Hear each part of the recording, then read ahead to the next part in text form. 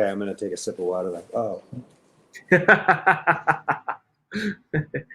Sponsored by Spindrift.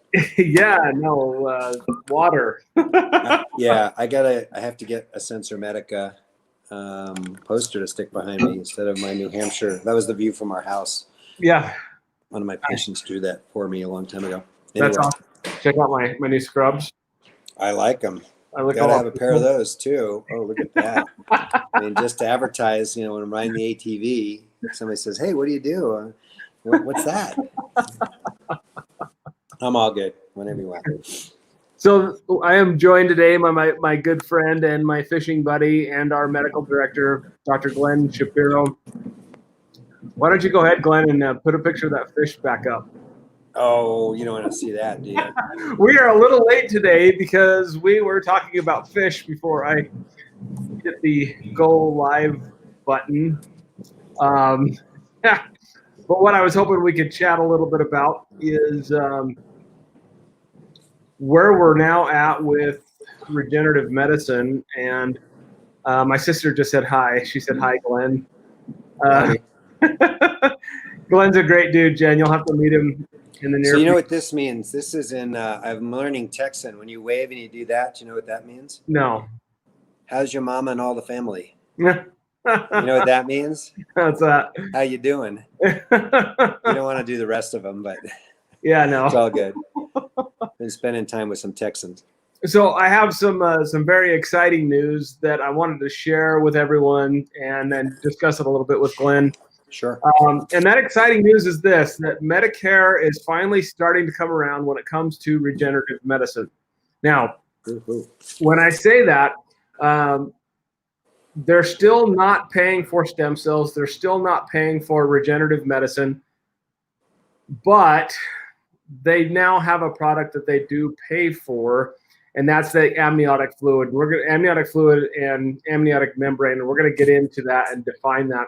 But I just want to be very, very clear.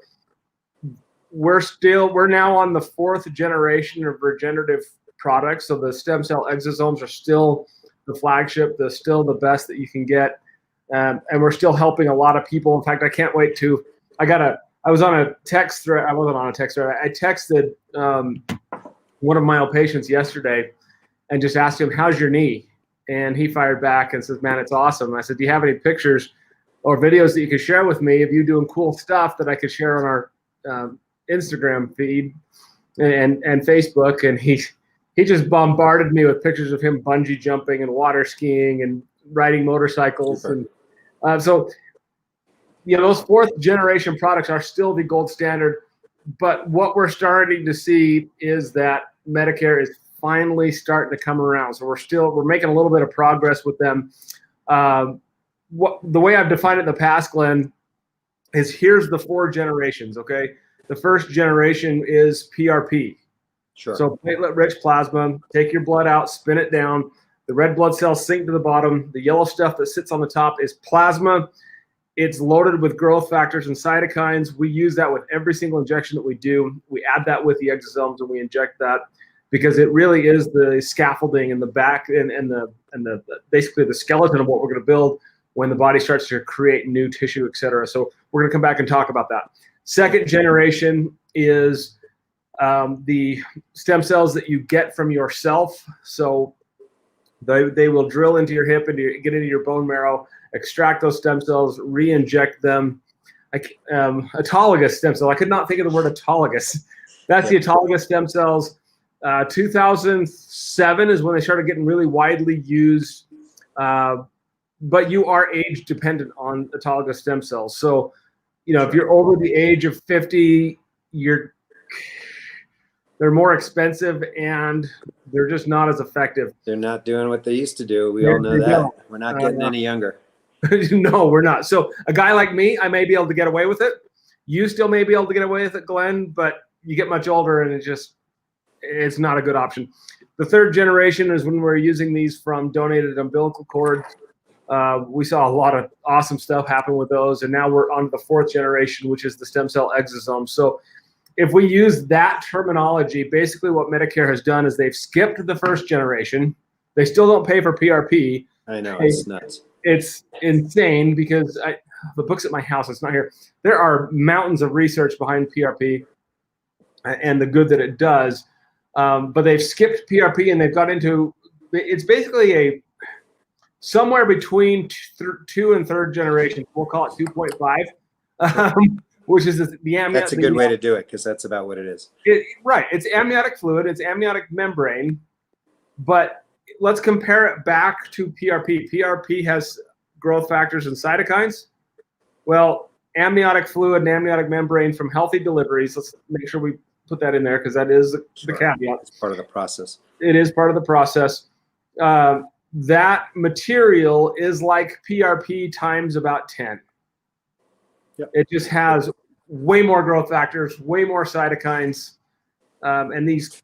I'm talking too much. I've had a little caffeine. No, you're doing good. It supports cellular migration, which is really important.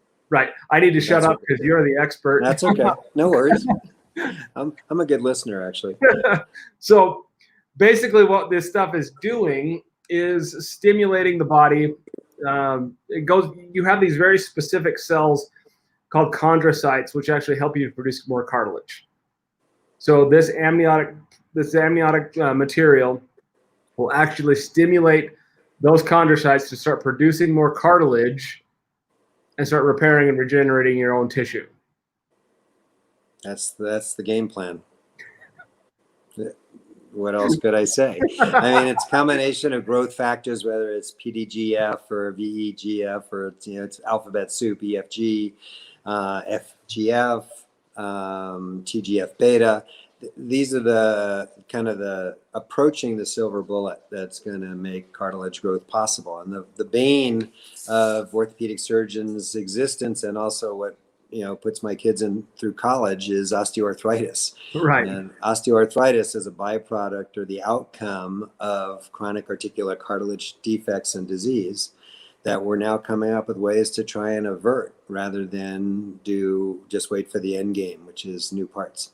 Right. So no question that articular cartilage defects are probably among the most common disabling disorders and conditions for humankind, other than the current microvirus that's causing havoc throughout the world. But in the Western world, the risk factors are always been the same. They haven't changed. It's basically age, weight, and prior injury or trauma. And when you add those three things together, we have never had a solid solution for that problem, other than changing alignment or replacing human cartilage with metal or plastic. Right. So now we have some options. Now I have some options that are much, much less invasive. Sure. And from what we've seen and the research articles that I sent you, they're effective. And I've reviewed those, and I've been a proponent from day one. It makes sense. We need a better alternative and a better option. And the best part about it is, the worst case scenario, if you don't get a fabulous result, you haven't burned any bridges. You still have the entire array of orthopedic reconstructive options, right, if you need to go there. So right. And that's what I tell people all the time. It's like, look, you can't do something on the regenerative. I said that backwards. You can't go and get a replacement and then come back and want to do something along the regenerative lines. It just doesn't work that way. We use a little cloth, and we shine the metal a little bit. We can go in there and polish it, and but the reverse is 100% true. You can try something along the regenerative process, and if it doesn't work, and I tell people all the time, the biggest risk in this is the financial risk. But if it doesn't work, then you still have the full gamut of orthopedic options that are available to you. But now that we have, well, we don't have it yet, but now that we're about ready to launch this particular amniotic process that Medicare will pay for, it does take a little bit of that risk out. So the risk then becomes just time, because if it doesn't work, then that joint's going to be a sore a little longer. Sure.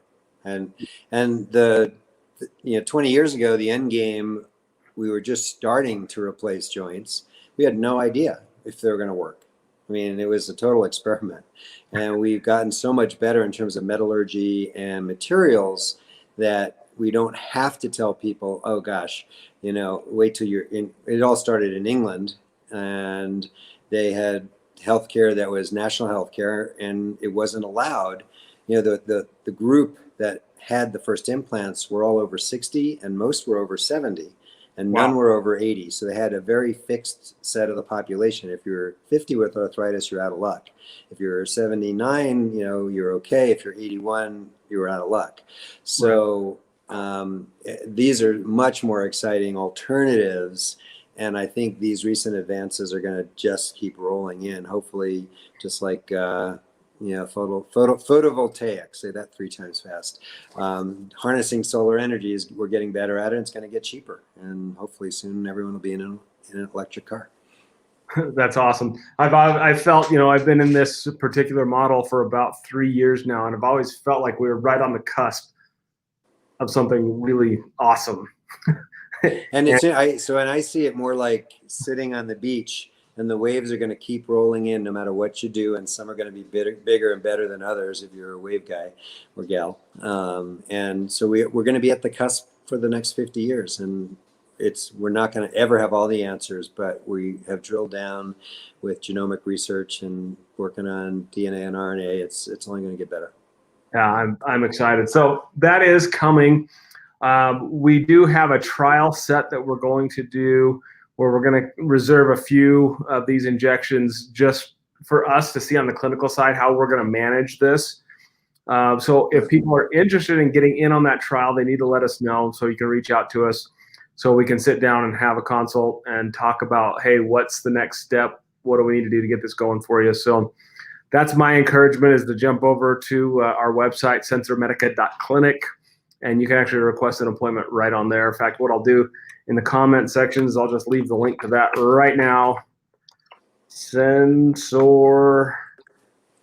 And the benefit of that is you can ask as many questions as you want. You'll get some hard answers. You'll get some slightly less hard answers on things that are unclear, but at least you'll go in eyes wide open, and you'll have the best information there is available with the best healthcare providers available to get this done.